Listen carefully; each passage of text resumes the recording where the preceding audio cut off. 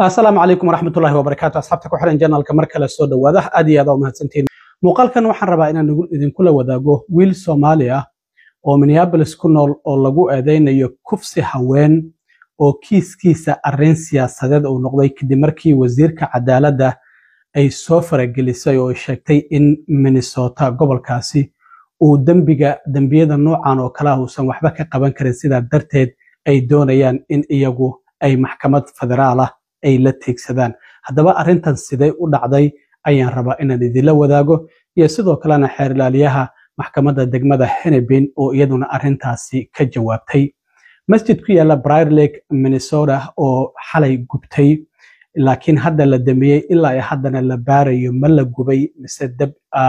gudihiisa ka dhashay ayuu ahaana sidoo kale waan idinla wadaagaya balse marka hore soo dhawaada waxaa jira wiil Soomaali ah oo magaciisa la yiraahdo Cabdimahad Bile Muhammad oo 28 jir ah wiilkan waxa lagu eedeynayaa dhowr haween ah in magaalada Minneapolis oo kala duwan waliba sanado kala duwan uu kufsi geystay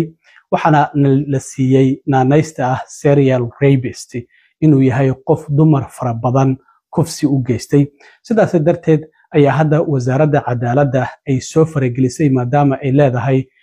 gobolka Minnesota dambiyada noocan oo kala ah ciqaabtii dadku ay mudnaayeen ma marsiiyo sidaas darteed waa in dawladda federaalka ay wax ka qabataa Trump waxaan ognahay inta badan waxa uu yiraahdaa gobolada iyo magaalooyinka dimuqraadiga soft and crime kana yihiin dambiyada qaar in qofku aysan xabsi ku geyn isla markaana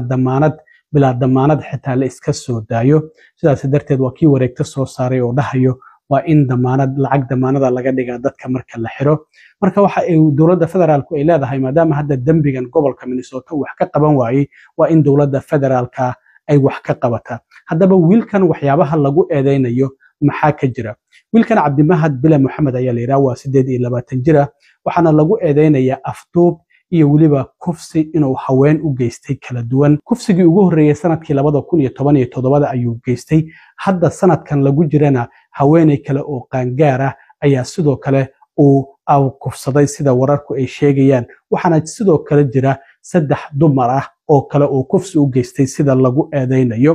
marka xeer ilaaliyaha degmada Hennepin Mary Mariadi ayaa ka jawaabtay waraaq ay wasaaradda cadaaladdu ay u soo dirtay xafiiskeeda oo ay ku leedahay maadaama aad wax ka qaban wayseen arrintan dawladda federaalka ayaa soo faragelinayso wasiirka cadaaladda Pam Bondi ayaana waraaqdaasi u soo dirtay waxaana xeer ilaaliyaha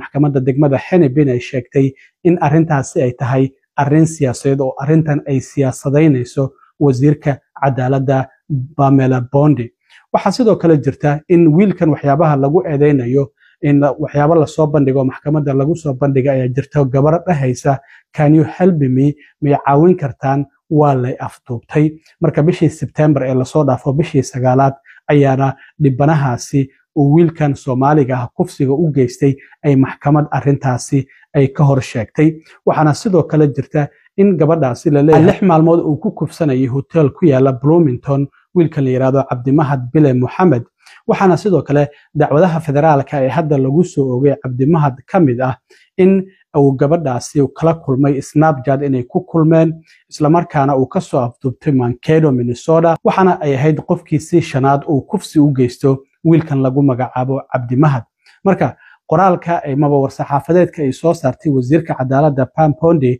ayaa waxa ay ku sheegtay in gobolka Minnesota hadii uusan ilaalin karin dadkiisa in ay u ilaalinayso oo wax u qabanayso dawladda federaalka gaar ahaan wasaaradda cadaaladda arrintaasina isla markiiba waxa ka soo jawaabtay xeer ilaaliyaha maxkamadda degmada Hennepin oo la yiraahdo Mary Mariadi waxaana ay sheegtay in Muhammad dambigii lagu soo oogay oo horey u qirtay 2 dambi oo ah inuu kufsi geystay isla markaana waxa lagu xukumay probation waxa la yiraahdaa qofka marka inta uu dambigiisa qirto in la sii daayo oo la yiraahdo muddo sanad ama 2 sano ah dambigii hadii aad ku laabato iyo hadii aad qof wanaagsan noqoto toosan noqoto waa lagu kala arkaya marka probationkaasi ayaa lagu sii daayay waxaana sidoo kalena xeer ilaaliyaha maxkamadda degmada Hennepin Mary Mariadi ay intaasi ku dartay in war-saxaafadeedka wasiirka cadaaladda ay soo saartay ay tahay isku day cad oo doonayso in ay ku siyaasadeyso falalkan kufsiga oo wiilkan uu geystay isla markaana ay dhibaato kale u sii geysato Soomaalida ku dhaqan gobolka Minnesota oo ognahay Trump inuu weerar ku hayay muddooyinkii ugu dambeeyay iyadoo ay sheegtay in ay arrintan bulshada Soomaalida ay doonayso guud ahaanba in ay dhibaato ugu geysato marka xeeralyaha degmada Hennepin qoraalkeeda waxay kale ku sheegtay dhibaatooyinka aan kala kulannay kiiskan Cabdimahad waxa ay tahay ay tiri in aan waynay dad ku marqaati fura marka dadkii la dhahayay Cabdimahad dumarkii la dhahayay waa uu kufsaday waa ay ka gaabsadeen inay ku marqaati furaan si ninkan xabsi loogu xukumo marka meeshaasi shaki ayaa ka imaan karo maxay haweenku isku qarinayaan oo ay diidan yihiin inay ku marqaati furaan marka waxa ay sheegtay maadaama aan waynay dad ku marqaati fura isla markaana halkaasi cadeymo muhiim lagu waayay sida dambi felony ah loogu helo wiilkan la yiraahdo Cabdimahad taasina waxa ay sababtay in aan heli wayno xabsigii ama muddadii xabsigii ee la doonayay in lagu xukumo marka sidaas darteed hadda Cabdimahad kiiskiisa waxaa loo wareejiyay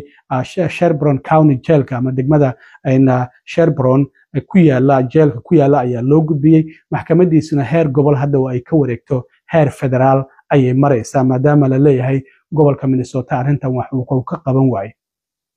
marka waxaa la yiraahdaa repeat offender qofku haddii dambi intuu uu galo dambigii xabsigii uu mudnaa lagu xukumi waayo qofkan dambigii ayuu mar kale ku laabanaya Cabdimahad marka maadaama laba kufsiga uu isagu horay u qirtay isla markaana lagu xukumay probation waa uu ku xadgudbay probationkiisii oo ahaa bal in lala socdo xaaladiisa inuu isbedel sameeyo iyo in kale sidaas darteed ayaa haddana lagu eedeynaya inuu kufsigan kala geystay isla markaana haweeney hotel ku yaala Bloomington muddo 6 maalmooda uu ku haystay isla markaana uu ku kufsanayay qaar ka mid ah dumarku waxay sameeyaan iyadoo arrintan heshiis lagu ahaa in markii dambe ay eedeeyaan qofka kale oo yiraahdaan qofkan waa uu kufsanayay ayadana waa ay dhacdaa marka hadda kulay cadeymaha kale ee la soo bandhigo ayaan sugi doonaa laakiin kiiskiisu waa uu ka wareegay maxkamadda degmada Hennepin oo hadda maxkamad federaal ah ayuu u wareego wasaaradda cadaaladda ayuu gacanteeda galay iyo dowladda federaalka marka waxyaabaha ka soo kordhana waan arki doonaa haddii aladmo dhinaca kale masjid ku yaala Minnesota